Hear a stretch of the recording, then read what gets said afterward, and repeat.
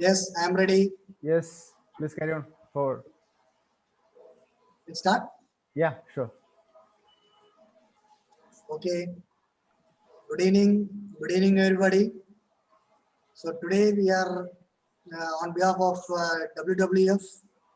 I'm welcoming all of you to the 29th volunteer talk. If I'm right? Yes, 29th volunteer Yes, talk.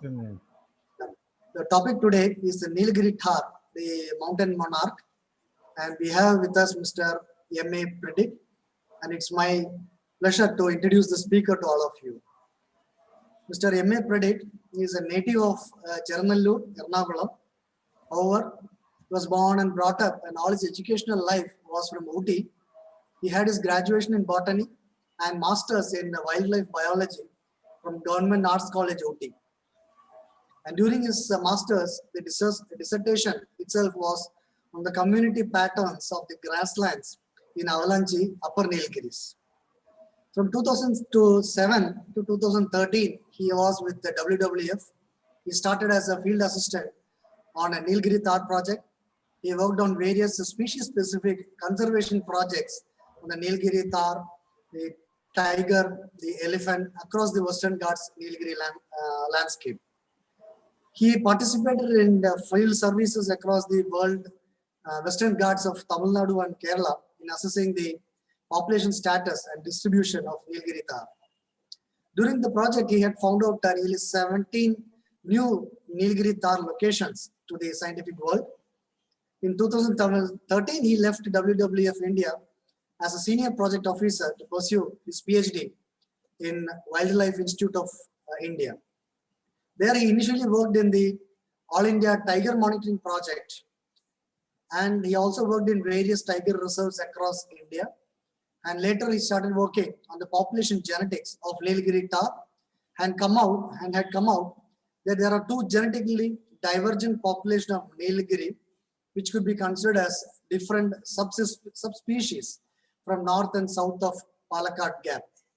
So since 2019, he is back with the WWF India, and he's coordinating the Nilgiri Thar conservation project in the Western Ghats. So we have with us Mr. M.A. Predict, who is the associate coordinator for Nilgiri Thar project at WWF India. On behalf of WWF and all the participants today, I welcome you, Mr. M.A. Predict. You can kindly proceed with your talk. Thank you, Good sir, for evening, the sir. intro. Thank you, sir, for the intro. Hi, all.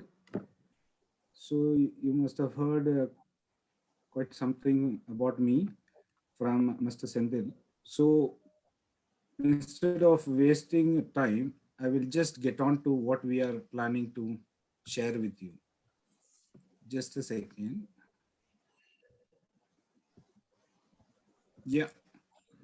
So today my talk is going to be on Nilgiri Thar, the mountain monarch. So there are three types of thars in the world. This Raupicutin has this three types is not described by Raupicutin and Hazanin. So what interesting thing is that earlier we believed that all these three types of thar was found to be kept under same genus Hemitragus. So earlier it was Hemitragus hylocrius, the Nilgiri thar, and Hemitragus gemlaicus was the Himalayan thar, and Hemitragus jayakari was the Arabian thar. So ranges are different. So because looking at the morphology, so people thought that all these thar to be put under same genera. So because here it is raining, for convenient of network issues, I am turning off my video. I will turn it off turn it on during the question and answer session. So during 2015, this gentleman, Raupicut and Hazanin, they did some molecular phylogeneity and had come up that there is no, similarities between each of these species. And all the three was kept into different genera. One is Nilgiri tragus, other one is Hemitragus, and the other one is Arabitragus. Hemitragus remained same for the Himalayan thar. And the new genera Nilgiri tragus and the new genera Arabitragus is assigned to Nilgiris and Arabian Tar respectively. Yes. This is just a brief outline of how this tar is kept under binomial nomenclature.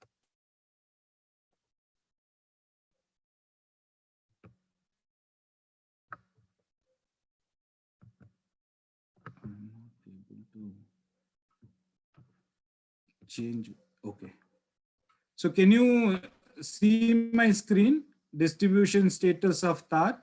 Yes, sir. Visible. So this is an image showing how these tar species is distributed across the world. So what we get to see in the Himalayan ranges, this dark blue, is the Hemitragus gemlaicus ranges. This is Himalayan tar. Other than here, we have a population in New Zealand, which is becoming an kind of pest over there. So, and regular sports hunting and all is happening there. We have got like around 8,000 to 10,000 individuals there in New Zealand. So here on the left, what we see in the green is the Arabitragus jayakari. This is the Arabian tar, which is the smallest among all the three, and it is distributed in the Oman mountains of Arab countries. It is in Oman and Dubai, all those areas we can see. And here coming to our species of interest, the Nilgiri tar, which is just, you can see as it is scatterly distributed between the mountains of Tamil Nadu and Kerala. So this is not a continuous distribution, because this distribution is sometimes it's pocketed. Some places we have got an connected distribution, what we call it as a meta-population kind of structure.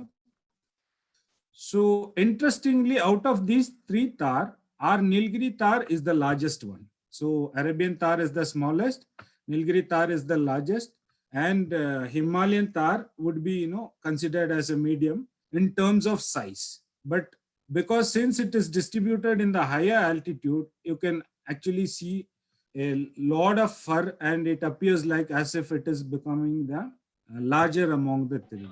So this is just for some information. So going to the taxonomical classification, because we have got all types of classification. So this is kept under kingdom Animalia because it is an animal, and which is put under phylum Chordata because all the animals which has backbones are put in it's called chordates or vertebrates. So it is put under class Mammalia because this is a mammal species. Order Artiodactyla. This is hoofed animals, ungulate especially. This is there are two types of hoofed. One is even-toed or odd-toed. So this Artiodactyla order comes with even-toed ungulates. So this is placed under order Artiodactyla, and family Bovidae, which is mostly sheep. Bovidae belongs to cattle and sheep, and Caprinae is a sheep family. As I've described earlier, Nilgiri tragus is a specific genus after 2005. It was given by Ropicot and Anazin based on molecular phylogeneity, and species is Hylocrius. So you can stop me whenever you have some question, or if I need to skip something, because if it is already known to you, oh, I'm sorry, I forgot to explain it in Malayalam. So എവിടെ വേണമെങ്കിലും നിങ്ങൾക്ക് നിർത്താം, എന്തെങ്കിലും പ്രശ്നം ഉണ്ടെങ്കിൽ നിങ്ങൾക്ക് മനസ്സിലായില്ലെങ്കിൽ you can stop me wherever you want me to stop or explain more or skip something because it's already known to you, anybody, or you can put it as questions in the chat box. So ഇത് നമ്മൾ ഇതിനെ സംരക്ഷിക്കാനായിട്ട് there should be, if we need to conserve something, there should be some reason behind that. എന്തെങ്കിലും ഒരു കാരണം, there should be some value to it. So what is this values? ഇത് ഒന്ന് endemic ആണ്. Because you will never find the species other than Kerala and Tamil Nadu of Western Ghats. Western Ghats, just these two. As you know, Western Ghats is starting from Gujarat to Kanyakumari, but this is only distributed in Namada, Tamil Nadu, Kerala Matrana, Adilum E Malamugali Matron. And another one significant thing is, this is a state animal of Tamil Nadu. Tamil Nadu is the state animal. Now Kerala is Anana Pole. Tamil Nadu is the state animal. There's something called IUCN, International Union for Conservation of Nature. So what they do is, അവർ ഒരു category വെച്ചിട്ടുണ്ട് ഓരോ സ്പീഷീസിനും depending upon certain criteria they categorize. This animal falls under endangered. Endangered എന്ന് വെച്ച് കഴിഞ്ഞാൽ it is having lot of conservation importance because it can be eliminated or wiped out from this world due to various reasons in a course of time. കുറച്ച് സമയത്ത് എന്തെങ്കിലും പ്രശ്നം കൊണ്ട് പെട്ടെന്ന് it's in the verge of threat എന്നുള്ള പോലെ നമുക്ക് പറയാം. അതുകൊണ്ട് it is kept in a status called endangered. And in Indian Wildlife Protection Act, അതാണ് നമ്മുടെ സുപ്രീം ആക്ട് ഫോർ വൈൽഡ് ഇത് സ്പീഷീസിന്. അതിൽ വന്ന് Schedule 1, there are different schedules, 1 to 5 schedule. Schedule 1 being most important in terms of conservation. Schedule 1 and 2, but 1 is most important. നമ്മ ഇത് സംരക്ഷിക്കാനായിട്ടുള്ള ഒരു ഇത്. And also this is a mountain guardian that we will actually get to know when we are going through this presentation. നമ്മൾ ഒരു typical Thar habitat കാണുവാണെങ്കിൽ ഇതുപോലെ ആയിരിക്കും. Rolling grass lands with pocketed sholas and with cliffs. You can see cliffs, but cliff is not that great in this picture. Cliff എന്ന് വെച്ച് കഴിഞ്ഞാൽ നമ്മുടെ പാറത്തട്ടുകൾ, നല്ല ഒരു സ്റ്റീപ്പ് പാറത്തട്ടുകളായിട്ടുള്ള area. Because through evolution, what had happened is it has adapted itself to be in the cliff. That is to avoid natural predation pressures. Natural threats ആയിട്ടുള്ള may be like tiger, leopard, wild dogs ഇതൊന്നും അത് പ്രെഡേറ്റ് ചെയ്യും. അപ്പൊ അതിൽ നിന്ന് escape ആകാനായിട്ടുള്ള വേണ്ടി ഒരു natural adaptation ആയിട്ട് it has become an cliff dweller. If you can see this image, it can actually negotiate cliff. Vara para tattalli, it can actually run and move and go. So this is about the animal. Idonna social organization nammal nokki kadiyumba, it's a group living animal. Mostly it's a group living animal with adult females, subadult males, young ones, and sometimes you can see males as well. But mostly males are always you can see as all male group, or else sometimes individual male ആയിട്ട് തനിച്ചായിട്ട് അല്ലെങ്കിൽ എല്ലാ males can be together. അതൊരു തനിച്ചൊരു heard ആയിട്ട് നമുക്ക് കാണാൻ പറ്റും mostly. But during റട്ടിംഗ് season, റട്ടിംഗ് ടൈമിൽ വന്ന് these males go into the herd, and like any other animal there is something called a fight for dominance, to prove the dominance and for mating. It has to fight and win the other male and try to prove its dominance. Aaraan idili raja, aaraan idili shakti ulla oru male annallathu it needs to prove. Then that male gets into mating with all other females in the herd. Mating period. Just we will go for some reality checks. Some facts about Nilgiri Thar.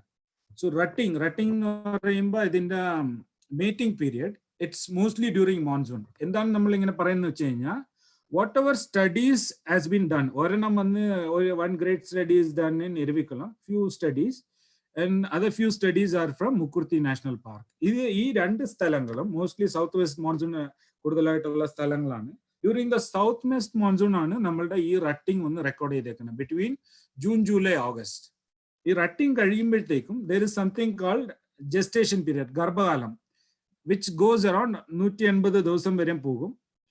And the calving season, ഈ കുഞ്ഞുങ്ങൾ ജനിക്കുന്ന സമയം, it's almost from January to March. എന്താണെന്ന് വെച്ച് കഴിഞ്ഞാൽ ഒരു 6 മാസം ഗർഭകാലം കഴിഞ്ഞതിന് ശേഷമാണ് ഇത് കുട്ടികൾ ജനിക്കുന്ന കാലം. That is from January to March. So നോർമലായിട്ട് നമ്മൾ നോക്കുമ്പോൾ it gives only one individual, ഒരു കുട്ടിയാണ് ഇത് പ്രസവിക്കുള്ളൂ. പക്ഷെ very rare, there are very rare incidences we get to see 2 individuals.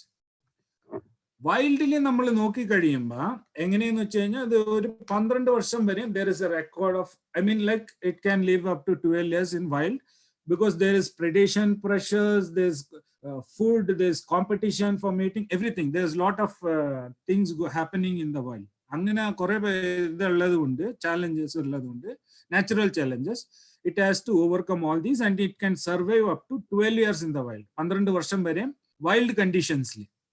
പക്ഷെ നമ്മൾ വൈൽഡ് 12 വരെ ഉണ്ട് എന്ന് പറഞ്ഞാലും ആവറേജ് നോക്കുമ്പോൾ 3 to 5 years. എന്താണ് അത് 3 to 5 years? It is because lot of mortalities, deaths can happen in younger ages. When birth to ഒരു 2 വയസ്സ് 3 വയസ്സാകുമ്പോൾ, ബിക്കോസ് എന്താണെന്ന് വെച്ച് കഴിഞ്ഞാൽ നാച്ചുറൽ പ്രിഡേഷൻ പ്ലസ് അതുപോലെ ഡ്യൂറിങ് റോങ് ടൈമിൽ ബർത്ത് ആയ, അല്ല ഓവർ മോൺസൂൺ ആയി പോയി കഴിഞ്ഞാൽ, മോൺസൂൺ ഓവർ ടൈമിൽ അങ്ങനെ വല്ലതും ആയിക്കഴിഞ്ഞാൽ, അല്ലെങ്കിൽ there are some reasons, maybe weak young ones, അങ്ങനെ എന്തെങ്കിലും റീസൺ ആകുമ്പോൾ. But mostly it is predation pressures. Young വൺസിന് പ്രഷർ വരുമ്പോൾ, predation pressure, maybe a wild dog pack വന്നെന്ന് വെച്ച് കഴിഞ്ഞാൽ, യങ് വൺസ് അഡൽട്സിന് അറിയും it has to run into the cliff. ആ പാറത്തട്ടുകളിലേക്ക് ഓടണം എന്നുള്ളത് അഡൽട്സിന് അറിയും. Young ones doesn't know way to run and it run into grass land, easily get predated by predators like wild dog, leopard and tigers. So അതുകൊണ്ടാണ് this average lifespan has gone down drastically to 3 to 5 years in the wild. But however, there are records of individuals living around 24 years also in captive conditions. Stud book എടുത്ത് നമ്മൾ നോക്കുമ്പോൾ there was some population from Trivandrum Zoo which was taken to US, and in US also ഇപ്പോ ഇന്നത്തെ നിലവിൽ there are some 7 individuals in a private ownership. It was in zoo. അവർക്ക് എന്താന്ന് വെച്ചാൽ private ആയിട്ട് ആൾക്കാർക്ക് കൊടുക്കാം. അപ്പോൾ ഒരു private ഓണർഷിപ്പിൽ there are 7 individuals as of now. ഇപ്പൊ ഇന്നത്തെ കണ്ടീഷനിൽ, other than what we have in our wild, we have got 7 Nilgiri Tahr individuals in US. So it had lived up to 24 years in ഇതിലെ captive conditions. നമ്മൾ വളർത്തുമ്പോൾ, because we give them supplement, we give them the പല്ലിന് wear and tear അധികമില്ല, because lot of foraging on grasses with silica, there is lot of wear and tear for tooth, അതൊക്കെ ഉള്ളതുകൊണ്ട് വൈൽഡില്. But it is not happening in captive conditions. ഇതിൽ നോക്കുമ്പോൾ നമ്മൾ males grows up to 110 centimeter, ഇത് shoulder height നമ്മൾ നോക്കുമ്പോൾ. But females around 80 centimeter at shoulder height. Fully grown male നോക്കുമ്പോൾ നമുക്ക് കാണുമ്പോൾ ഇത് പെട്ടെന്ന് മനസ്സിലാവില്ല എത്ര വെയിറ്റ് ഉണ്ടാവും എന്നുള്ളത്. But it can goes up to 100 kilograms. പക്ഷെ ഫീമെയിൽസ് നോക്കുമ്പോൾ it's just at it half, about 50 kilograms weight ഉണ്ടാകും. സോ ഇത് ജസ്റ്റ് അതിന്റെ ഒരു ജസ്റ്റ് ബ്രീഫ് റിയാലിറ്റി ചെക്സ് എന്താണ് താർ എന്താണ്. So actually coming to what WWF is doing with Nilgiri tahr, നമ്മൾ എന്ത് ചെയ്യണമെന്ന് വെച്ച് കഴിഞ്ഞാൽ WWF ബിക്കോസ് ദർ വാസ് ഇവിടെ അവിടെ എന്നും പറഞ്ഞിട്ട് കുറച്ച് സ്റ്റഡീസ് കുറെ സ്ഥലങ്ങളിൽ വെച്ചിട്ടുണ്ടായിരുന്നു. So we actually want to know what is the current distribution across its whole of is range. ഇപ്പൊ നീൽഗിരീസ് തൊട്ട് കന്യാകുമാരി വരെ എവിടെയൊക്കെ ഉണ്ട് പോക്കറ്റഡ് പോപ്പുലേഷൻ ആയിക്കോട്ടെ, അല്ലെങ്കിൽ കണക്റ്റഡ് പോപ്പുലേഷൻ ആയിക്കോട്ടെ, എവിടെയൊക്കെ ഉണ്ട് എന്നുള്ളത് ഫസ്റ്റ് ഒരു കൺസർവേഷൻ ഇത് സ്ട്രാറ്റജി വർക്ക്ഔട്ട് ചെയ്യണമെങ്കിൽ, നമ്മൾ ഇത് പ്ലാൻ ചെയ്യണമെങ്കിൽ, അപ്പൊ അതിനു മുമ്പ് ദേ ഷുഡ് ബി സം ഇത് നമുക്ക് സ്റ്റാറ്റിസ്റ്റിക്സ് വി ഷുഡ് ഹാവ്. അപ്പൊ എന്തെന്നാന്ന് വെച്ചാൽ ഇത് ഓൾറെഡി ഇപ്പൊ പ്രസന്റ് ഡിസ്ട്രിബ്യൂഷൻ എവിടെയുണ്ട്. Because from historical records we get to know there were like almost most of the parts of Karnataka and entire parts of Kerala and around 80% of Tamil Nadu had its distribution. Historical records ആയിട്ട് അവർ എഴുതുമ്പോൾ പക്ഷേ evidence ആയിട്ട് നമുക്കൊന്നും കിട്ടിയിട്ടില്ല. പക്ഷേ ഇപ്പോഴത്തെ current distribution എവിടെ ഉണ്ട് എന്നുള്ളത് നമ്മൾ മാപ്പ് ചെയ്തിട്ടുണ്ട്. WWF is doing a mapping of current distribution. Distribution മാത്രം അറിഞ്ഞിട്ട് നമുക്ക് കാര്യമില്ല, അവിടെ ഓരോ ഏരിയയിലും എന്തോരം പോപ്പുലേഷൻസ് ഉണ്ട്. ബിക്കോസ് അത് 5 ആയിരിക്കാം, 2 ആയിരിക്കാം, 3 ആയിരിക്കാം, 50 ആയിരിക്കാം. there must be connectivity. അതൊക്കെ ഉണ്ടാ ഇല്ലേ എന്നുള്ളത് we should get to know. അപ്പൊ അതിന്റെ പോപ്പുലേഷൻ സ്റ്റേറ്റസ് ഉണ്ട്, എത്ര മെയിൽ ഉണ്ട്, എത്ര ഫീമെയിൽ ഉണ്ട്, all those information, interesting information we have done. And then what we have done, mapping of threats. Threats എന്ന് വെച്ച് കഴിഞ്ഞാൽ നമ്മ ഇപ്പൊ പോച്ചിങ്സ് ഉണ്ടാകാം ചില ഏരിയയിൽ, because the area is not under proper highly protected, maybe some territorial divisions ആയിട്ടുണ്ടാകാം, or maybe some vested forest ആയിട്ടുണ്ടാകാം, where there is not significant amount of conservation initiatives and protection activities are not already in place. കുറെ protection ആയിട്ടോ അല്ലെങ്കിൽ status ആയിട്ട് തന്നെ അതിന് legal status ആയിട്ട് കുറെ പ്രൊട്ടക്ഷന്റെ ഇത് ഇല്ലാത്ത ഒരു സ്ഥലങ്ങളാകുമ്പോൾ there are chances of threats happening, like poaching is a direct threat to animal. Fire agam endannu vechina, it can fire has its pros and cons. It's a huge debate that we will discuss it later.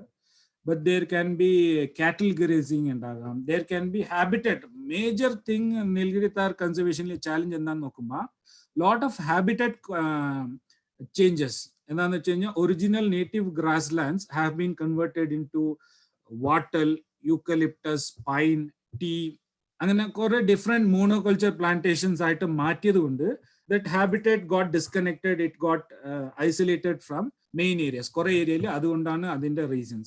So after coming up all these things, we need to address these conservational challenges. So that is what WWF is doing. We are not only doing all these, taking up this statistics, this information of threat, but on top of everything, we need to try to address these conservational challenges. Ee prashnangalakka nammal engine adu solve cheyam, engine adu onnu rectify cheyanalla oru ideas onnu we are trying to bring up. So part of that, what we did is that ഇത് tar surveys ചെയ്യണം. നമ്മൾ surveys ചെയ്യുമ്പോൾ എങ്ങനെ just go and just do surveys in anywhere എന്ന് പറഞ്ഞാൽ that wouldn't be possible. So what we did is historical information മൊത്തം from past records, from Nilgiri, എവിടെയൊക്കെ ആരൊക്കെ anything on Nilgiri that we have collected. Okay, ഇവിടെ ഉണ്ടായിട്ടുണ്ട്, ഇവിടെ ഉണ്ടാകാൻ സാധ്യതയുണ്ട്, ഇവിടെ ഞങ്ങൾ കണ്ടിട്ടുണ്ട് എന്നുള്ള അതുപോലത്തെ record, scientific information, here and say from ചെറിയ ആർട്ടിക്കിൾസ്, ന്യൂസ് പേപ്പർ പബ്ലിക്കേഷൻസ് എന്തെങ്കിലും ഉണ്ടെങ്കിൽ അതെല്ലാം എടുത്ത്. Then second reason is that this animal is a cliff dweller. ഞാൻ പറഞ്ഞ പോലെ ഇത് പാറയും ഇതിലാണ് ഉള്ളത്. So we can give some information like cliff, ഒരു ക്ലിഫ് ഉള്ളതോ അല്ലെ ആൾട്ടിറ്റ്യൂഡ് ഇത്ര മീറ്റേഴ്സിന് അബവ് ആൻഡ് ക്ലിഫ് ഏരിയാസ് ഉള്ളതുകൊണ്ട് we have run it in a GIS platform. GIS li nammal run ചെയ്തിട്ട് we want to pick up potential Nilgiri Thar areas. എവിടെയൊക്കെ ഇത് ഇങ്ങനത്തെ ക്ലിഫും ഈ ഹൈ ആൾട്ടിറ്റ്യൂഡ് ഏരിയാസ് ഉണ്ടെന്ന് പറയുമ്പോൾ these red spots we have got from GIS. അപ്പൊ അത് നമുക്ക് ഇൻഫർമേഷൻ കണ്ട് we clubbed up both these information, historical records and GIS information, and then we started doing surveys. So this survey ചെയ്യുമ്പോൾ we had come up with lot of locations. Ella point we have come up, nammal ellam survey cheythu namukku inde population kitti ellam kitti. But based on phylogeography, it's a connectivity based on habitat. Chala idile onne it cannot negotiate, because as during the introduction Mr. Sendil was saying, paranjadupole nammal genetic study idu nokki tarna genetics nokkumbo endu idu namukku Nilgiris northum southum Palgadli genetic vechi namma endanu nokkumba there is a difference in species, because mean pairwise difference we are observing 0.007. Then in terms of genetical terms, mean pairwise difference about 0.004 then for our barking deers. They have divided into different subspecies. Barking deer, other species, different subspecies they consider. When we are getting mean pairwise difference 0.007, we thought that there is a difference genetically northum southum nokkumba namukku rendu population aayittu it can be called as subspecies as well. But adu vannu breeding ekka nokkumba it is compatible to breed with this. Morphologically there is no difference, kaanumbalo allengile idumba there is no difference, but genetically, because this Palghat gap has become a barrier, adu vandu rendu subpopulation aayittu. So we thought phylogeography vechi namakku endengilum we can consider it into conservation blocks, which can help us in planning conservation at block levels, because idu one 400 kilometer stretch of mountain range continuate nammal plan cheyan pattilla. Appo adunde we have divided into multiple blocks. Engane cheyidunu vecheyna there is scientific information gone into that. We have tried out to bring out അതിന്റെ home range എന്താണ്, എത്ര square kilometre area use ചെയ്യും. അപ്പോൾ ഓരോ സൈറ്റിങ്ങിനും ആ square kilometre area we give a buffer and we have clubbed into different blocks. അപ്പൊ ഈ ബ്ലോക്സിനുള്ളിൽ അകം ഉള്ള പോപ്പുലേഷൻസ് എല്ലാം we presume that it is connected within and between. അതിന് തമ്മിലും അതിന്റെ തൊട്ടടുത്തുള്ള വേറെ പോപ്പുലേഷനുമായിട്ട് കണക്ടിവിറ്റി ഉണ്ടെന്ന് പറഞ്ഞിട്ട് we have come up with 5 population blocks. One is Nilgiri Hills, Sirvani Hills. ഇത് Nilgiri Sirvani എന്തിനാന്ന് വെച്ച് കഴിഞ്ഞാൽ ഈ ഭവാനി പുഴ ഇല്ലേ, അത് വന്ന് we think that it could be A barrier that we can B. ഇത് നമ്മൾ എപ്പോഴും അഡ്രസ് ചെയ്യാൻ പറ്റും എന്ന് വെച്ച് കഴിഞ്ഞാൽ if we do a radio telemetry and all, we'll get to know that whether this population is moving between Nilgiri and Sirvani. അത് വന്ന് നമുക്ക് അപ്പം അറിയാൻ പറ്റും, because now as per genetics ഇത് only we have got 2 subpopulations. That is how we are interpreting. അപ്പൊ ഇങ്ങനെയാണ് നമ്മള് ഒരു ഇത് ചെയ്തത്. ശരിക്കും നോക്കുമ്പോ if you can able to see my cursor, എന്റെ കഴ്സർ നിങ്ങൾക്ക് കാണാൻ പറ്റുന്നുണ്ടോ? Yes, sir. Okay. So here there is a person standing here. This is a person standing here. This is one of the new area what we get to observe Thar. ഇവിടെ ഒരു പുതിയ area ആയിരുന്നു. Because it was not earlier known to scientific world or forest department ആയിരിക്കും.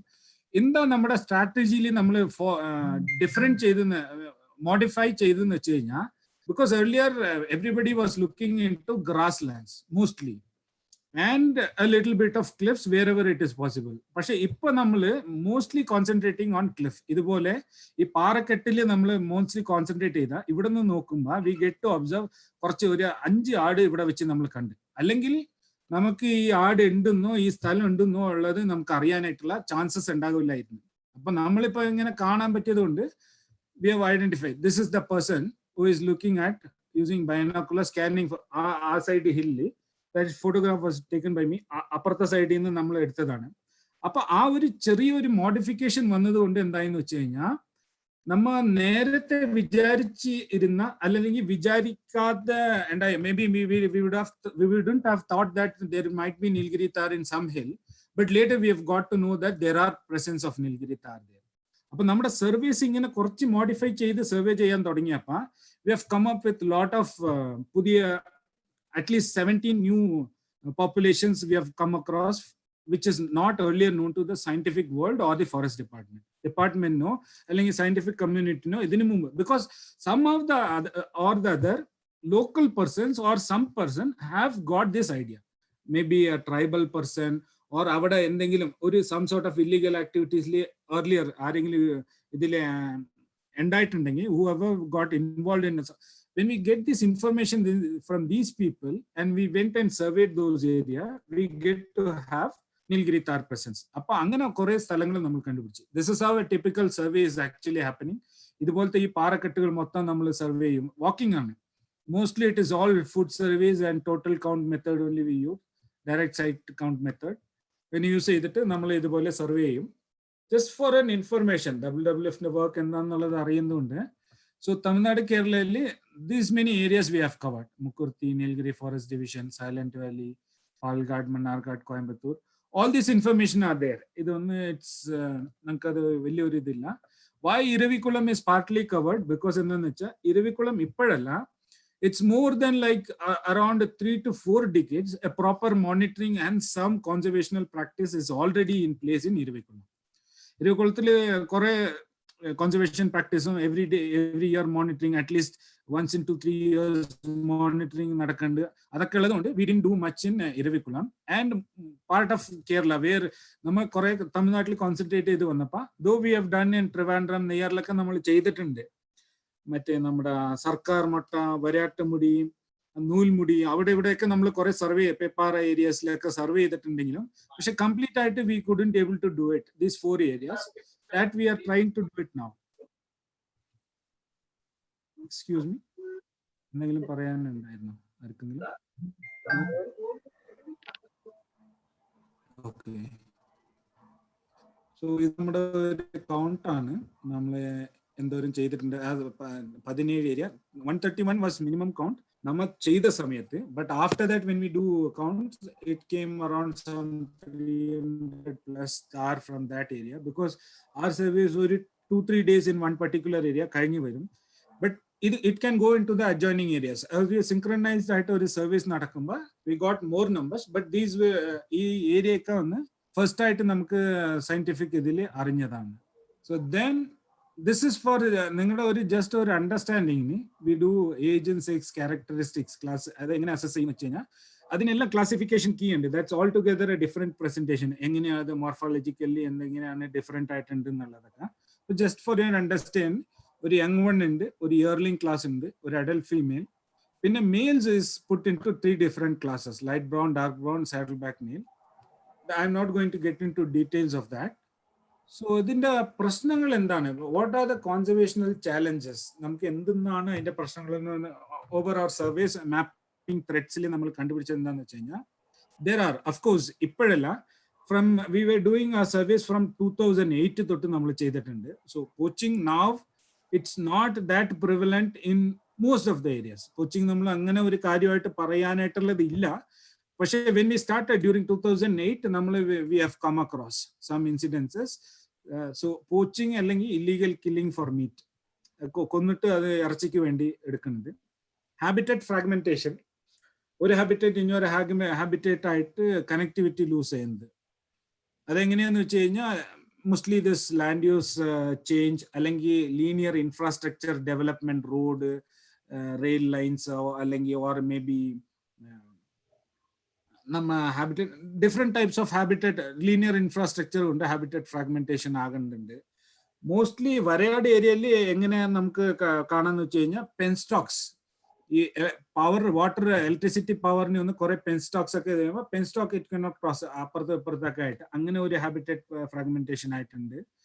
Natural ആയിട്ട് ഒന്ന് reverse is A barrier, അതൊന്നും നമുക്ക് പറയാൻ പറ്റില്ല. Then this Palghat gap, natural barrier. പിന്നെ നമ്മൾ അത് കഴിഞ്ഞാൽ റോഡ്സ് ഒക്കെ ഇട്ടിട്ടുണ്ട്, കുറച്ച് തേനിയിലേക്ക് കുറച്ച് റോഡിന്റെ ഇത് പ്രശ്നങ്ങളുണ്ട്. അതേപോലെ നമുക്ക് റെയിൽ ലൈൻസോ അതിന്റെ ഇതൊക്കെ അങ്ങനത്തെ linear infrastructures. And third one എന്താണെന്ന് വെച്ച് കഴിഞ്ഞാൽ പോപ്പുലേഷൻ ഐസൊലേറ്റ് ആയിക്കഴിഞ്ഞ് ചെറിയ പോപ്പുലേഷൻ ആയിക്കഴിഞ്ഞാൽ ദെൻ ഒന്ന് പോച്ചിങ് ക്യാൻ ഈസിലി ഹാപ്പൻ. ആ ചെറിയ പോപ്പുലേഷൻ അവിടെ മാത്രമുള്ള വേറെ എവിടെയും പോകാൻ പറ്റില്ലെന്ന് പറഞ്ഞു കഴിഞ്ഞാൽ ഈ വരയാടിന് എന്താന്ന് വെച്ചാൽ it's an open grass land living animal. അത് ഷോലാസിലോ അതിന്റെ ഉള്ളിലോ കയറി പോകുന്നത് നമ്മൾ അത്രയും കണ്ടിട്ടില്ല.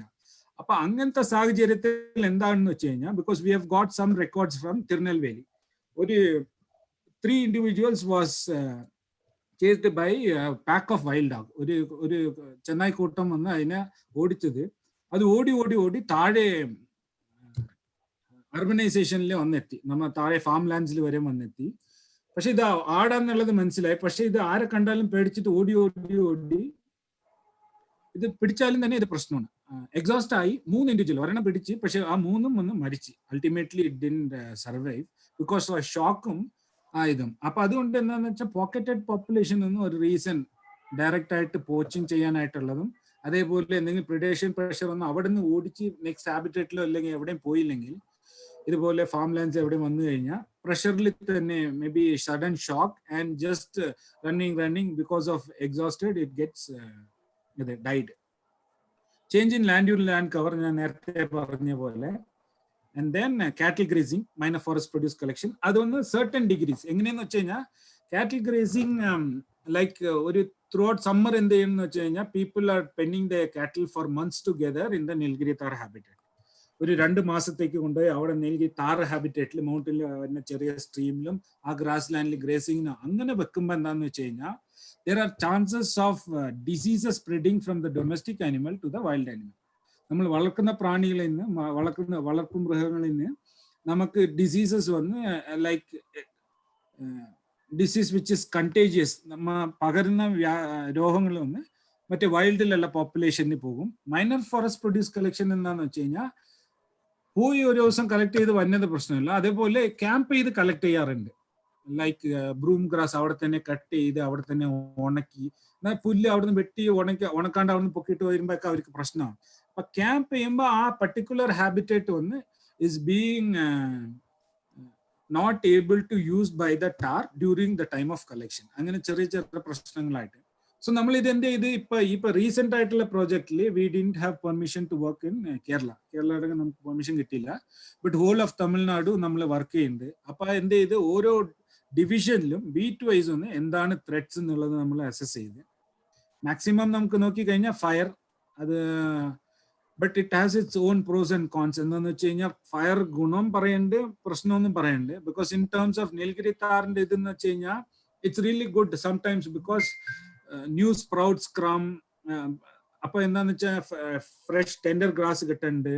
All those things and ash content you get lot of minerals for the animals when this is burnt. അങ്ങനത്തെ ഇതൊക്കെ ഉണ്ട്. പക്ഷെ ഇൻ ടേംസ് ഓഫ് വെദർ ഒന്ന് all these invertebrates are getting killed, lot of birds habitat is being destroyed, അങ്ങനെയൊക്കെ കുറെ പ്രശ്നങ്ങളുണ്ട്. But ഈ fire എന്താന്ന് വെച്ച് കഴിഞ്ഞാൽ മാൻ made fire is definitely always unless until it is for conservation purpose like Iravikulam, that too there is people are debating ഇത് ശരിയാണോ തെറ്റാണെന്നുള്ള ഒരു ഡിബേറ്റ് പോയിക്കൊണ്ടിരിക്കുന്നുണ്ട്. പക്ഷെ മാൻ മെയ്ഡ് ഫയർ ഫുള്ളായിട്ട് മേ ബി ഫോർ ഇപ്പൊ ഈ അക്കേഷ്യ കൊൻസീനിയ ഒക്കെ ഉണ്ട് നമ്മൾ ഈ ഇഷിക്കാക്ക അതിനൊക്കെ കളക്ഷൻ എന്താ വെച്ചാൽ കൊടി അത് മുകളിലൊക്കെ പോകുമ്പോൾ ഗ്രൗണ്ടിൽ ഫയർ വെക്കും അവര്. ഗ്രൗണ്ടിൽ ഫയർ വെച്ചാൽ അത് താഴെ വീണ പിന്നെ അവിടെ നിന്ന് എടുക്കാനായിട്ട് എളുപ്പം. അങ്ങനെയൊക്കെ ഫയർ വെക്കുമ്പോൾ അല്ലെങ്കിൽ മേ ബി വേറെ എന്തെങ്കിലും റീസൺസിന് ഫയർ വെക്കുമ്പോൾ ദാറ്റ്സ് ബിക്കമിങ് എ ത്രെറ്റ്. ഇവിടെ നോക്കി കഴിഞ്ഞാൽ invasives, lot of invasives are taking over. ഇവിടെ നോക്കി കഴിഞ്ഞാൽ അതും ഒരു പ്രഷറാണ്. -4 പ്രൊഡ്യൂസ് കുറെ ഏരിയയിൽ ഉണ്ട്, പക്ഷെ that is not a great extent of threat. ഒരു വലിയൊരു പ്രശ്നമൊന്നും നമ്മൾ പറയാൻ പറ്റൂല, എക്സെപ്റ്റ് ഫോർ കണ്ടിന്യൂസ് ആയിട്ട് അവർ നിന്ന് അവിടെ നിന്ന് കളക്ട് ചെയ്യുമ്പോൾ ദാറ്റ് ഈസ് എ പ്രഷർ. ഇതൊക്കെ പ്രഷറായിട്ട് നമ്മൾ റെക്കോർഡ് ചെയ്തിട്ടുണ്ട്. ബിക്കോസ് ഇതൊക്കെ ഉണ്ടെങ്കിൽ it can attribute to certain degree, ഒരു കുറച്ച് degree of threats, but it is not complete threat like പോച്ചിങ്ങോ അല്ലെങ്കിൽ വേറെ ഇതുപോലെ അങ്ങനത്തെ വലിയ ത്രെറ്റ്സ് ആയിട്ടൊന്നുമില്ല. But still we want to try to address all these thing. ഇതൊരു ജസ്റ്റ് തന്നെ ഇത് ഇപ്പൊ നമ്മൾ കാണുന്ന ഏരിയ ബാക്ക്ഗ്രൗണ്ട് ഇതെല്ലാം വരാടുള്ള ഏരിയ ആണ്. അപ്പൊ ഇതിവിടെ ക്യാമ്പ് ചെയ്യാനായിട്ട് മാത്രം. But these animals are taken there for grazing. അതെല്ലാം പോയിട്ട് പിന്നെ ഇവിടെ സ്ട്രീം ഉണ്ട്, അവിടെ വെള്ളം കുടിച്ചിട്ട് ഇവിടെ വന്ന് ക്യാമ്പിങ്ങിന് കുറച്ച് ഓപ്പൺ ആയിട്ടുള്ളപ്പോ സേഫ്റ്റി പർപ്പസിന് വേണ്ടി അവർ ക്യാമ്പിങ്ങിന് ഇവിടെ കൊണ്ടുവന്നതാണ്. അപ്പൊ അങ്ങനത്തെ റീസൺസ്. ദെൻ എക്സ്റ്റെൻസീവ് മോണോകൾച്ചർ, ഇതൊക്കെ മാട്ടുപ്പെട്ടി ഡാം ആണ്. അതിന്റെ മുകളിലൊക്കെ ഇവിടെയൊക്കെ നോക്കി കഴിഞ്ഞാൽ full of monoculture plantation. All these കുറെ ഏരിയയിലുണ്ട്. നീൽഗിരീസ് ഉണ്ട്, Kodaikanal, Munnar, all encroachments and forest land. Munnar Theni tahr ഹാബിറ്ററ്റില്, പക്ഷെ അല്ലാണ്ട് താർ ഹാബിറ്ററ്റ് അല്ലാണ്ട് കുറെ സ്ഥലത്ത് കുറെ ടൈപ്സ് ഓഫ് എൻക്രോച്ച്മെന്റ്സ് ഒക്കെ നമ്മൾ റെക്കോർഡ് ചെയ്തിട്ടുണ്ട്. ബട്ട് തേനിയിലൊക്കെ നോക്കി കഴിഞ്ഞാൽ സിൽക്ക് കോട്ടൺ പ്ലാന്റേഷൻസ് നമ്മൾ റെക്കോർഡ് ചെയ്തിട്ടുണ്ട്. ഇവിടെ മൂന്നാറിലും കുറച്ച് എൻക്രോച്ച്മെന്റ്സ് ഒക്കെ നമ്മൾ റെക്കോർഡ് ചെയ്തിട്ടുണ്ട്. ഇപ്പൊ പുതിയതായിട്ട് നമുക്ക് ത്രെറ്റ് ആയിട്ട് ഒരു കൺസർവേഷൻ ചാലഞ്ച് ആയിട്ട് നമ്മൾ അബ്സർവ് ചെയ്യുന്നത് എന്താണെന്ന് വെച്ച് കഴിഞ്ഞാൽ there are few animals with this swellings. ഇവിടെ ഒരു ഇതുപോലെ ഒരു കട്ടി പോലെ നമുക്കൊരു കാണുന്നുണ്ട്, അബ്ഡോമിനൽ സ്വെല്ലിങ്സ്. ഇത് ഒന്ന് ആനമലൈ ടൈഗർ റിസർവില് ഇത് കണ്ട, it is almost grown up like A football size. Different parts of the body surfaces എല്ലാ സ്ഥലത്തും ഉണ്ട്. ഇവിടെ നമുക്ക് വയറ്റിൽ കാണാം, ഇവിടെ കാലിൽ കാണാം. In one case we got it in a udder of a female. Appo it is becoming a threat. Now we are having a collaboration with veterinary university and we are trying to address this issue. Most probably namukku ariyilla idu whether it is benign or malignant. ചെറുതായിട്ട് maybe because of some cyst ആയിട്ടുള്ള ഒരു കട്ടി പോലെ ഉണ്ടെങ്കിൽ പ്രശ്നമില്ല. Maybe some tumor, cancer പോലെ എന്തെങ്കിലും വന്നു കഴിഞ്ഞാൽ then we need to find out what is the cause for it. ഇപ്പൊ ഇതുപോലെ സിസ്റ്റ് എന്ന് വെച്ചാൽ പാരസിറ്റിക് ലോഡ് ആയിട്ടുണ്ടാകാം, there are some reasons. അല്ലെങ്കിൽ മേ ബി ജസ്റ്റ് ആബ്സസ് ആയിട്ട് നമുക്ക് ചില സമയത്ത് ഉണ്ടാകാം. അതായത് we are trying to do investigation പോകുന്നുണ്ട്. Now first level investigation has happened. Second level we are trying to, because ഇത് schedule 1 species ആയതുകൊണ്ട് we are taking permission for tranquilization and capturing individuals and collecting clinical samples. അതൊക്കെ നമ്മൾ നടത്തുന്നുണ്ട്. But this is also kind of a challenge, conservation challenge. So how can we do ഇതൊക്കെ എങ്ങനെ കുറയ്ക്കാം നമ്മൾ എന്താന്ന് വെച്ചാൽ first one is stop poaching നമ്മൾ ഇത് ചെയ്യണം. Protection status, because protection status comes from ഇപ്പൊ നമ്മൾ ഒരു ഫോറസ്റ്റ് ഡിവിഷൻ ആയിട്ട്, ടെറിട്ടോറിയൽ ഡിവിഷൻ ആയിട്ടുള്ളതിനും ഒരു വൈൽഡ് ലൈഫ് സാങ്ച്വറി ആയിട്ടോ അല്ലെങ്കിൽ ഒരു നാഷണൽ പാർക്ക് ആയിട്ടോ, ബിക്കോസ് സ്റ്റേറ്റസ് തന്നെ ഉണ്ടാകുമ്പോൾ when the status is increased to a wildlife sanctuary or national park, fund flow is increased, staff is increased, protection status is increased. When we do an enhanced protection status, when the patrolling get increased, food patrolling get increased, all these will end up in ensuring a long-term survival of the species. In രണ്ടാമത് നോക്കുമ്പോൾ ഇപ്പോൾ already there is population, we have got some population where Nilgiri tahr is surviving. There are some population which there are some areas which it had distributed in the past ഉണ്ടായ സ്ഥലങ്ങൾ പക്ഷെ ഇപ്പൊ ഇല്ല, may be because of anthropogenic pressures or എന്തെങ്കിലും. അപ്പൊ can we do A connectivity between these two ഹാബിറ്ററ്റ്സ്, രണ്ട് ഏരിയയിൽ connectivity ചെയ്യാൻ പറ്റും. then we are trying to do facilitation for range expansion. ഇപ്പൊ ഇവിടെ ഒരു താർ ഏരിയയിൽ ഉണ്ടെങ്കിൽ there are another potential area which is having an disturbance of maybe like exotic invasion എന്തെങ്കിലും ഉണ്ടെങ്കിൽ, if we try to eliminate ഒരു ചെറിയ ഒരു വഴിയായിട്ടോ എന്തെങ്കിലും something we can do, some facilitation can happen so that it can actually take over the other areas. അപ്പൊ അത് തന്നെ it can move into other potential areas. We are trying to do that. And regulation and stop MFP collection. Stop MFP collection is not really necessary unless until it is too bad, because if it is sustainable and with correct strategies MFP wouldn't be a big problem. At the same time, cattle grazing, cattle grazing, that is an issue. So we need to try to work out with the people and see. So conservation initiative over a block we have got conservation alliance groups, NGO stakeholders. They will ensure that something is happening at block level or divisional level. Continuous monitoring and initiative. So now we are doing capacity building program, forest department, NGOs, the population estimation, monitoring, challenges address, because it's not only threat assess overcome training. And it's not only about training, there are certain things which has to happen at conservational as policy level decision. And then like, for example, tar survey population estimation. For example, we have gotten synchronized elephant population which is happening once in 4 years, synchronized tiger population which is happening once in 4 years, maybe something like that as a policy level for Tamil Nadu and Kerala government, that is happening. Every 2 years we'll get to know the status. So we are working on a policy level thing also, conservation policies, bringing up policies and declaring a day for Nilgiri Tar, like a Tiger Day, Elephant Day, maybe a Nilgiri Tar Day, which attracts a lot of conservation significance for the species. Then a policy we are working towards that. So it is just an image showing statistics.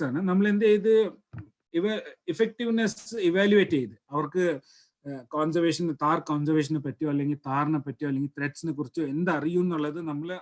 evaluate. Then we have given capacity building programs. Then we have evaluated. This is all based on question and answer session. Question and answer. So this is maximum level of efficiency is there after this capacity building training. So other conservation strategy, we are following it up. What we get actually. What we get. If you protect Nilgiri Tar, the mountains is the ecosystems are protected. Nilgiri Tar is a cliff dweller which has a habitat in mountain ecosystem. Which eventually cater our water needs, because these mountain ecosystems are the largest water catchment areas.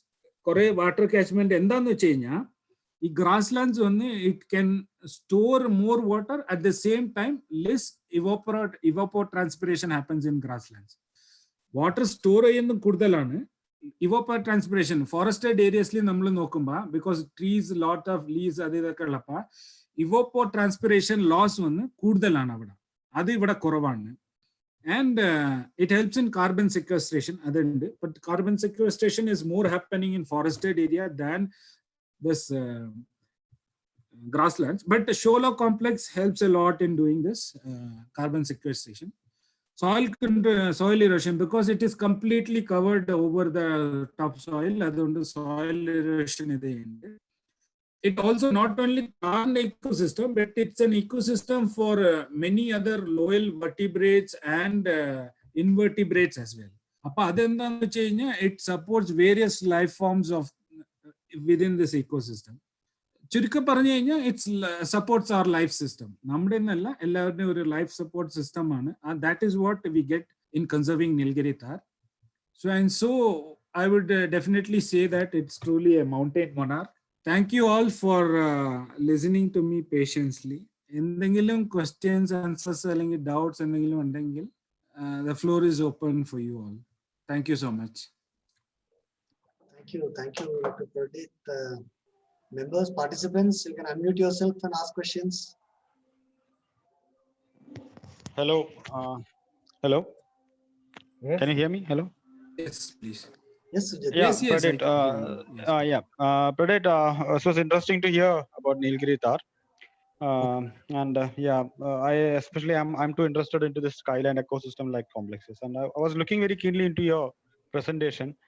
One thing that I was thinking about is that since they are already isolated in some patches, and your studies also states that. And I remember you saying something about a genetic study. What was the marker you used for? So Marcus, because no, this I am not basically a genetic person. I am not too Yeah. good to explain about this because we had got a genetic person in our project. So they would be. Maybe I can share you with our No, publication. just that's why. Yeah, Yeah, it will be good. I Yeah, am not because I sure was because I thinking am about because basically an ecologist. you. Yes. Yeah, I understand. Yeah, because you are saying that you believe that is a subspecies between the south of Palakkad Gap and north of Palakkad Gap. That was Yes, subspecies yes, that I understand. it's Yes, definitely. they, So I can but send it across our publication. So yeah, maybe I because will you know, if you definitely have like because something, you can write yeah, to the author because he's another person. We have an genetic person. So yeah, maybe okay, I'm not in a position because I was doing all these ecological surveys and these things yeah, was that's sent to good. my institute and Yeah, lab work and was yeah, done by so different person. Yes. yeah, so would you understand that what is the population status? Is that population stable between all these smaller pockets in like we have some pockets of Nilgiri Tar? Because I believe that they don't come. What is the minimum altitudinal gradient that you found the Nilgiri Tar at? Can you just say 350 that? meters. 350 350 meters. meters. So Because yeah, of course. one Yeah. thing I will say, no, Nilgiri tar can be present in any place. Hmm. One determining feature is the presence of cliff. Okay, Because what we that's good. recorded is we have recorded it is foraging on more than 120 different plant and plant species, plant grasses, Okay, everything, right from grasses to herbs to trees. So we have okay, recorded 120 species which it can eat, feed upon, and live. So main okay. determining characteristic for a Nilgiri tar presence is Hmm. definitely cliff. Cliff and Cliff. Mari, Okay. it can Madi, actually survive in the cliff. like if in the lower cliffs in like in Western Ghats, much of the cliffs are being like up to 300 or 400 meters. I don't know how many places they are safe in because like they are all present, especially when you take the Kerala part of Western Ghats, which I traveled extensively. I see that all of them are present in isolated pockets, right? Especially on isolated pockets. And is this Yes. population stable as such? Like they So, have. so one thing, for now, what we can say is that there is this person called Balau in 1997. So he Mhm. has published a paper. So he has done some analysis from the individuals at in captive conditions because from stud book, all these investigations. So what is happening is that he has studied the inbreeding depression in different species, including Okay. Nilgiri tar. From his observation, what we get to know is that inbreeding depression is not that great in Nilgiri tar. Okay, that's Because good. Yeah. I would just tell you, because from few individuals taken from Trivandrum, there are 7 Mm. individuals still surviving in the US. But the shape, when you looked at as a tar, no, it's like more bulky. You will not identify it as a tar, but still we Yeah. have got Okay. 7 numbers still serving at this junction, this 2020, no, there are 7 tar in a Okay. private ownership in US. So inbreeding depression Okay. is not an, but isolated population, what happens is people, when the land status is not enhanced like wildlife sanctuary or national park, if it is just an territorial forest division or vested forest or something, no, just a small area.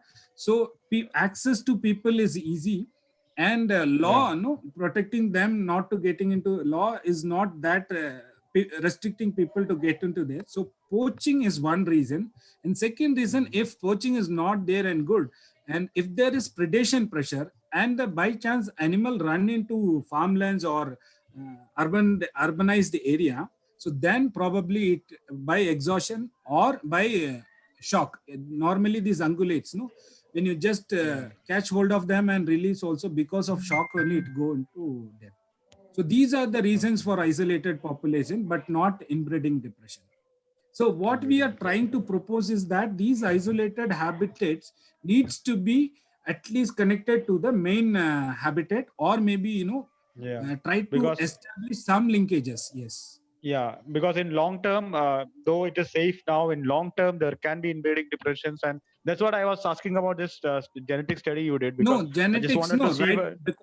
population Yeah, I genetic can study. share you Was the it a population publication. genetics or you just did a phylogenetic study? Or if it is a population genetics, we can know how far it will take for this inbreeding depressions to take over It's the a population. population genetics only, because we thought of Yeah, okay. actually coming up with numbers also, because we need to try to do the genomic profile also. We tried that, but because of lot Okay. of constraints, with financial constraints also and other things also, we didn't end up in.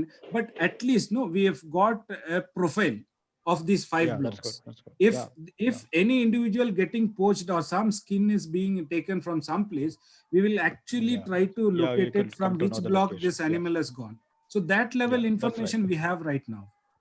Yeah, that's good. And yeah, it's Yes. very interesting. And yeah, I found it very interesting. Thanks for the session. Okay. Thank you. Welcome.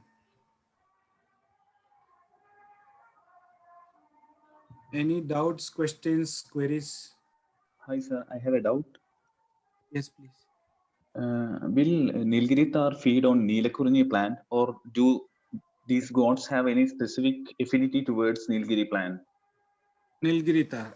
Affinity, I don't know, but we haven't seen record Nilgiri, I mean Neela Kurinji, but other Kurinji have got recorded. Because this Yeah, is, yes, there is some other Kurinji we have recorded. Neela Kurinji plant, no, by direct observation, because when blooming season, you can see this plant. After that, no, you will not have, maybe for 1 year, 2 year, you will see the plant, but sometimes you will not see the plant at all, because it goes, but its roots there. And all of a sudden you'll get to see the plant, and before this flowering season, you will have a lot of flowers. But we have, I mean, as per my personal observation, I have not seen feeding on Nila Kurinji plant as such, but other Kurinji species, yes. okay. Yeah, last time I had been to Irivikulam National Park, and even when I observed, there are a lot of Neelakurinji plants there. Even though the Nilgiri taras coming near to that plant, they are not at all feeding that Neelakurinji plant. That's what Okay. I was in a doubt. Okay, we are not sure, no, because when it has different favorite species at different conditions, no, different times, point in times, so it doesn't go. But because some point in time, no, there is the species called Cytisis coparias, which is not generally feed by, because lot of lignin and tannin is there in that plant. So, but we have got an observation of this Nilgiri tar feeding on Cytisis, as well as Ulex europaeus. These are all invasives and in higher altitude areas. But we have come across sightings on feeding on all these plant species. So that we need to actually, when we go for behavioral observation, no, and then probably we will get to see why it is because mostly we have tried to attempt to do surveys distributional, so that we didn't spend much time in one single area to have an continuous observation. So that we are now practicing, we are now actually having a lot of plans in doing that. So we will try to find out reasons for all of this, maybe in coming years. Yes. But Okay, sir. as such, no, it is not an issue, that because since we have recorded it is feeding on more than 120 species, so foraging ground or for thing wouldn't be a problem for Nilgiri tar, even if we introduce to any place. Because I don't think food is kind of thing is in determining criteria for a presence of Nilgiri tar. So let's not worry too much about whether it's feeding on this or that, but foraging is not that great a hindrance for Nilgiri tar presence. Okay, sir. Thank you. And one more doubt: have you ever witnessed any predators like tiger or leopard, other than wild dogs, directly charging on attacking Nilgiri tar? No, Have you witnessed? my only one observation was in Irvikulam, that one a pack of wild dog was trying to, just go around the Nilgiri tar, but immediately Nilgiri tar got witness after seeing the wild dog. No, it usually does this alarm call by just stamping its foot and doing a whistling normal, whatever alarm calls it does, and it ran into the cliff. But one of my friend Vijay Kumar, so he has observed a leopard stalking Nilgiri tar. It's a series of photographs, like 6, 7, 8 photographs. He has actually photo documented it. It's beautiful. That is in Avalanche Nilgiris. So one of my friend has observed it. I have come across 2 skeleton skulls, one from Irivikulam and one from Srivilliputtur, Peimalai Motte during my whole surveys. Other than that, I haven't even come across Thar skulls as well. Okay, sir. Thank you. That was my observation. Yes, but his when Clifford Rice is describing, he says that leopard is one of the main predator, and then follows by wild dog, then only tigers, because leopard can at least go to the cliff and try to do the stalking. Wild dogs, what it does is it brings the animal into grasslands and then it surrounds and kill. But tiger chances are very less. That's what from earlier historical observations. Yes. Yeah, even I'd seen in Animal Planet and all in Himalayas, Himalayan tar is attacked by snow leopard and all. Yes. So Himalayan tar, no, it actually goes on the road also. Some places, no, you can find it on the road. As of course in Nilgiri tar also you can see in Annamalai Tiger Reserve. But other than in natural wild conditions, no, if it happens to see you, immediately it flews off to the cliff. So, but except for Irvikulam and Mukurti and this ATR, this ninth hairpin bend towards Atakati, all other places, if we get to see the animal, it just flews off to the cliff. So that is what our observations are on Nilgiri tar. Yes. Okay, sir. So your PhD topic was also on Nilgiri tar? Yes, on the genetics part, but mine was on morely on ecological. I haven't yet submitted my PhD. So because there was some 2 of my chapters is still in pending. So hopefully I'll try to do it in some point in time. Yes. Okay, sir. Thank you. Thank you for the amazing presentation. Thank you so much. Mr. Pradit, I have a small doubt because Yes, sir, please. you had mentioned about that particular swellings, no? Swellings Yes. are found in various parts of Taz. Yes, sir. Is it all these samples, all these observations are deep in the forest or towards the No, it's because Mukurti National Park, Mukurti National Park, and one is in ATR. It's on the roadside because that is understandable. At least something can happen because it's access to human presence and all those things, and maybe like domestic country dogs or whatever it is. A lot of anthropogenic pressure can happen. But other areas, Nilgiris Division and Mukurti National Park, it is completely devoid of people and any sorts of anthropogenic pressures. So that is little bit of worrying because we can try to understand that if there are some pressures from people or from something from domestication, domestic animals or something, then it is understandable. But here we are trying to figure it out, sir, because some places in domestic conditions, what we are getting to see is that there are some parasites which actually goes in carnivores cats, which gets into this habitat. And when this foraging happen in that area, it goes into the body of these individuals and it forms like this swellings. There is full of cysts inside it. So that happens in domestic condition. We are not sure about whether that is what it's actually happening in this wild condition. Or if that is benign, then not an issue. So now it is gone for permission for Chief Wildlife Warden. Hopefully within a couple of months, we will get to know what this actually it is.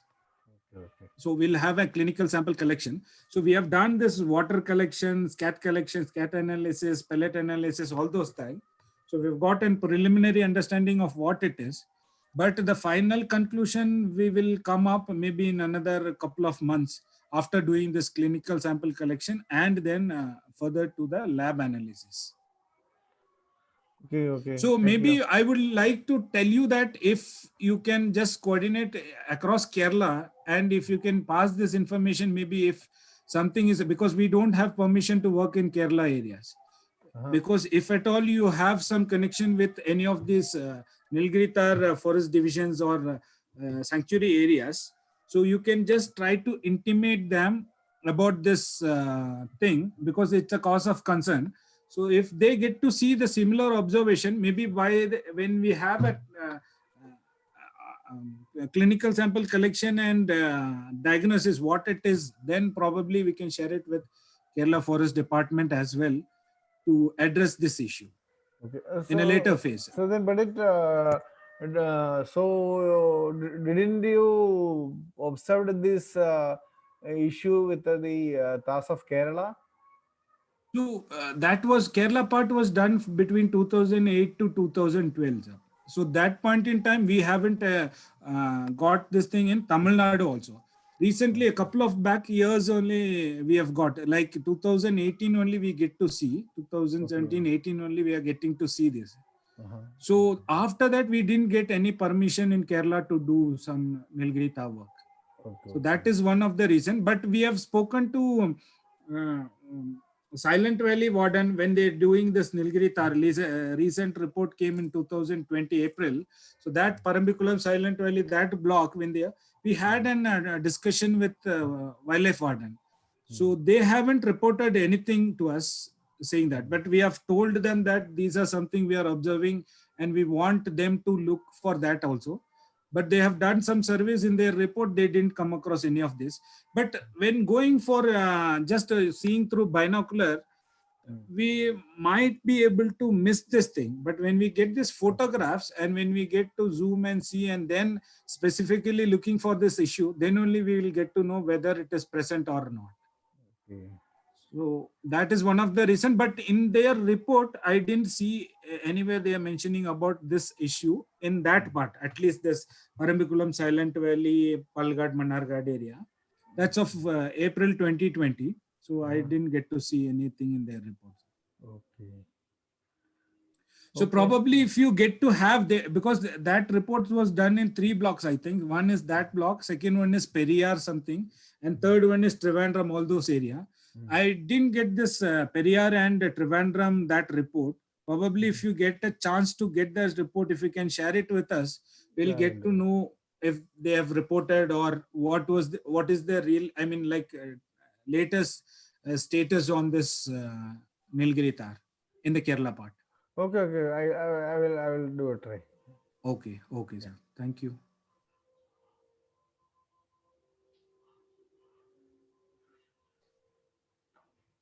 Any more questions, queries, suggestions?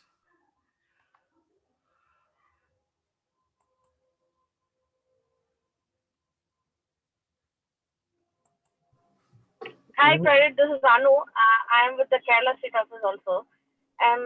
It might be a silly question, but I'm going to ask anyways. I was wondering why they're like endemic to these parts. Like, is it because of how the cliffs are, or is it because of some, their food? What is it that makes them endemic to this thing? And if were they, found before in Karnataka, like, further up, in north of Karnataka? I mean, why is it that? What makes them endemic to these two places? Thank you for the question. And as everybody says, no question is a silly question. So that's okay. So because this we need to actually go into from evolutionary perspective. So endemism, it's not just happening just like, because we are not aware, because Davidar's writing only said that some parts in Karnataka, that too he didn't get any direct observations, because he was referring that people from hearsay from local people. So he is writing it. We are not sure. And till date, we have not got any records from Karnataka Forest Department. We didn't do any surveys as such. From Karnataka, we didn't get to see. This thing, I think if we go into this thing, is not just like 100 years, 200 years. It's probably, thousands of years ago. This is got distributed in here. And why it is restricted here, it is mainly because to the adaptation to the to being able to negotiate into cliff areas. So that is one of the reason why we are getting to see only in here. And I'm not sure, because this types of greater grasslands with cliff kind of habitat, we can just see in parts of Karnataka, but beyond that, in the Western Ghats, we are not able to see a proper cliff and grassland area. Maybe that could be the reason which is making this animal to be restricted. I mean, within all of these pressures, urbanization pressures or whatever anthropogenic pressures or whatever pressure as on date, which is making this animal to be restricted within Kerala and Tamil Nadu parts of the Western Ghats. So that is what my understanding. Maybe if we need to go deeper, then probably we need to track back to the evolutionary records of this species, because that is what it's saying, is that it has got distributed from the Himalayas only and it has come here. So that we need to actually go back to the evolutionary thing. I am not sure about how this has come. And now, because no, Karnataka part only, what is happening, we don't have. It is just a small literature information that he says it was distributed in Karnataka, not sure. So that is how it is. Thank you. I was asking because I was thinking if you have to relocate or make a viable population elsewhere, then we could transport them to a different location in Western Ghats. So I guess now I understand why probably it can't. Yes. Thank So now we can do it. It's because no, it's policy decision also involves. When our prime minister was there as a chief minister in Gujarat, he said, because now also there is plans happening for relocation of tiger to other areas, Rajasthan, but it is not happening because they want to keep it. There is inbreeding depression is happening, and despite of everything, no, this small thought is coming to that people, pride of that, because Tamil Nadu and Kerala is taking the pride of having this animal only in Tamil Nadu and Kerala. Because if we need to, that thinking, no, if it opens up as a larger vision, so then probably this translocation to other states, this policy kind of changes should happen, so that a holistic conservation approaches and practice can be in place at this juncture of time. Yeah, that is what they were talking about Asiatic lions as well, because when they were saying that it was found all over India and now it's only in Gir, and also the cheetah that they're going to bring back to India, because the cheetah was also here at one point in time. But Asiatic cheetah is no more there. I think some. No more there, yeah. Yes. So, but lion case, no, it is all there. It is agreed. They were planning to take it up to Kuno. All those things are happening. But still, because this government thing is not I mean, like, I don't know why Gujarat government is hesitant in sharing. I don't know, because they want to keep it to within their state only. So that is what it's happening. It's happening for a long years, like more than a decade now, and it's still in papers only. It's not happening in on ground. Yes. Thank you. Welcome.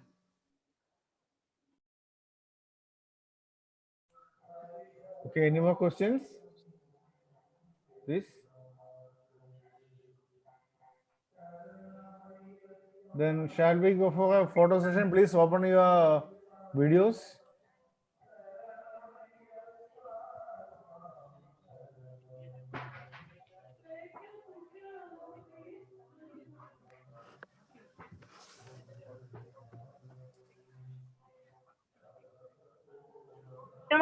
You take ഞാൻ ഫോണിൽ നിന്നാണ്. Okay, I will.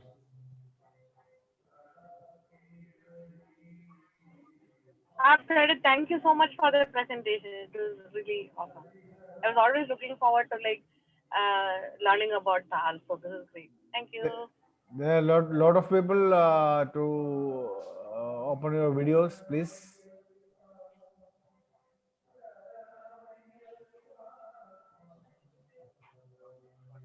I don't know.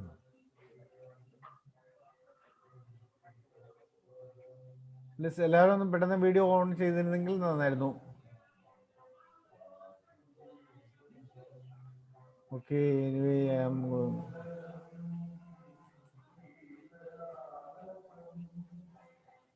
Okay.